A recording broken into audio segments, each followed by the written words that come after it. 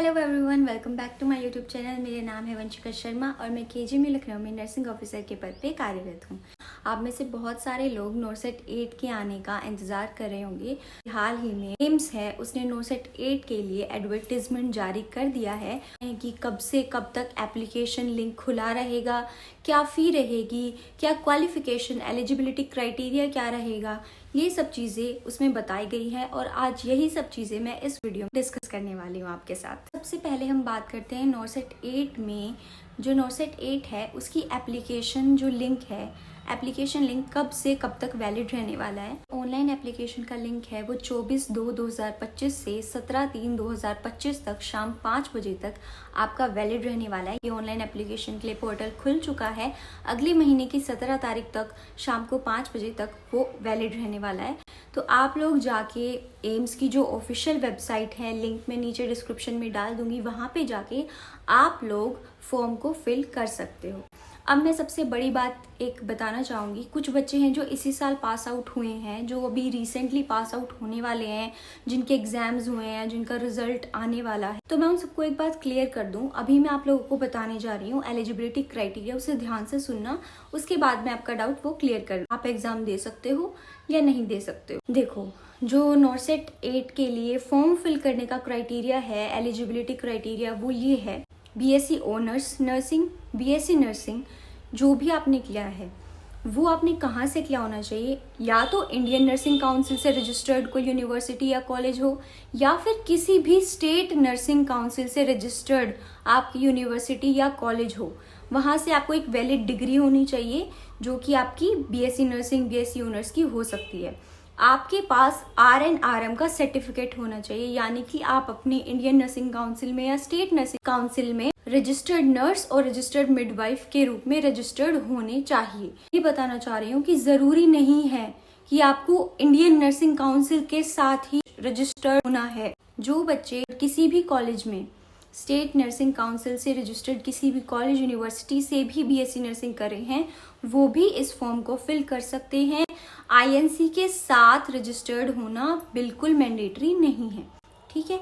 जिन्होंने post basic BSc किया है, यानी कि GNM के बाद पोस्ट बेसिक की है अगर आपने, तो देखो आपको भी किसी एक्सपीरियंस की नीड नहीं है। आपके पास पोस्ट बेसिक का सर्टिफिकेट होना चाहिए, जो आपका पोस्ट का सर्टिफिकेट होता है।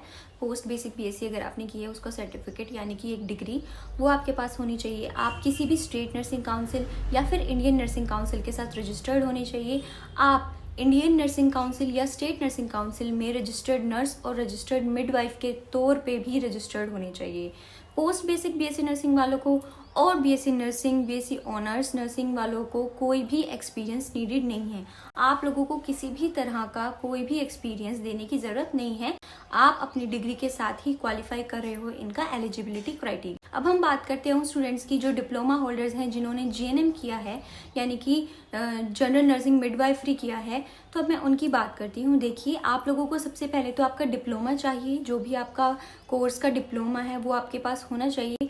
वो भी आपको किसी इंडियन काउंसिल से रजिस्टर्ड किसी यूनिवर्सिटी या कॉलेज से होना चाहिए, या फिर स्टेट नर्सिंग काउंसिल से रजिस्टर्ड किसी कॉलेज या यूनिवर्सिटी से होना चाहिए, ठीक है। सेकेंड चीज़, आपको भी रजिस्टर्ड नर्स और रजिस्टर्ड मिडवाइफ के रूप में अपने किसी भी स्टेट या इंडियन नर्सिंग काउंसिल के साथ रजिस्टर्ड होना ज़रूरी है।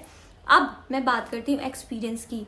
जिन बच्चों ने सिर्फ GNM किया है उनको 2 साल का एक्सपीरियंस रिक्वायर्ड है, मिनिमम 50 बेडेड हॉस्पिटल में। से कम 50 बेड के हॉस्पिटल में आपको कम से कम 2 साल का एक्सपीरियंस जरूर होना चाहिए, तभी जाके आप फॉर्म के लिए एलिजिबल हो सकते हैं। एग्जाम क्वालिफाई कर लेते हो, आगे जाके DV में भी इसको चेक किया जाता है।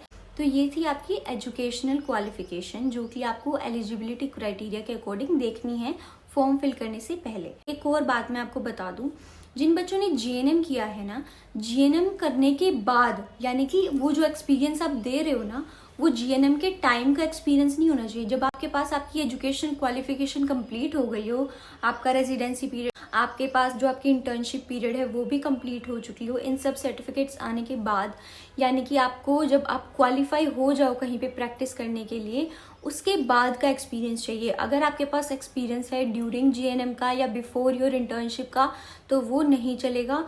एक्सपीरियंस अगर लगा रहे हो, एक्सपीरियंस शो कर रहे हो तो बाद का ही शो करना, जब आपका रिजल्ट आ चुका हो, आपके पास सारा डिप्लोमा वगैरह हो। अब मैं इसकी बात करती हूँ एज लिमिट की। तो एज लिमिट जनरल के लिए रहने वाली है 18 साल से, मिनिमम 18 साल से मैक्सिमम 30 ईयर्स। और जो रिलैक्सेशन के अकॉर्डिंग होती है, जो हर साल सेम रहती है, वही सेम रहने वाली है। जो कि मतलब आपकी कैटेगरी वाइज जो रिलैक्सेशन वो मिलती है वो आपको मिलेगी। जनरल कैटेगरी के लिए जो इसकी फ़ी रहने वाली है वो रहने वाली है 3000 रुपीज़। SC ST और EWS के लिए इसकी फ़ी रहने वाली है 2400 रुपीज़। और जो पर्सन विद डिसेबिलिटीज़ हैं उनको फ़ी से एग्जेम्प्ट कर दिया गया है। आपकी जो फ़ी है वो नॉन रिफंडेबल है, वो किसी भी कारणवश, किसी भी रीज़न की वजह से वो रिफंड नहीं की जाएगी। तो SC ST के कैंडिडेट्स हैं, अगर वो एग्ज़ाम में अपीयर होते हैं तो एग्ज़ाम में अपीयर होने के बाद जब उनका जो कैटेगरी सर्टिफिकेट है उसको वेरीफाई कर लिया जाएगा, उसके बाद उनकी जो फ़ी अमाउंट है वो रिफंड कर दी जाएगी, वो उनके उसी अकाउंट में वापस आ जाएगी। जो नोरसेट प्री की डेट है वो रहने वाली है 12 अप्रैल 2025 और जो नोरसेट मेंस की डेट है वो रहने वाली है 2 मई 2025। तो अपनी कमर कस लो, अच्छे से तैयारी कर लो, फॉर्म फिल करो और सब तैयारी में जुट जाओ, आपका ज़रूर एग्ज़ाम क्लियर हो जाएगा। अब मैं बताती हूँ उन बच्चों को जो अभी पास आउट हो रहे हैं या फिर उनका रिजल्ट नहीं आया है, जो भी आप पूछना चाह रहे हो कि रजिस्ट्रेशन नंबर नहीं आया है या फिर हमारा अभी डिग्री नहीं आया है, तो मैं आपको एक बात बता दूं, जब आप फॉर्म फिल करते हो आपसे आपका रजिस्ट्रेशन नंबर लिखवाया जाता है, उसमें मांगा जाता है। तो अगर आपके पास रजिस्ट्रेशन नंबर नहीं है तो आप उस फॉर्म के लिए क्वालिफाई नहीं करते हो, आप नेक्स्ट टाइम ट्राई कर लेना, ठीक है। तो बस इतनी सी ही इन्फॉर्मेशन मैं आज आपको देना चाहती थी। ऑल द वेरी बेस्ट, अच्छे से तैयारी करना। मैं आने वाली वीडियोस में आपको गाइड करती रहूँगी, बहुत अच्छे से मेहनत कर। All the very best. अब हम मिलेंगे अपनी नेक्स्ट वीडियो में, तब तक के लिए अपना ख्याल रखो, खुश रहो, बाय।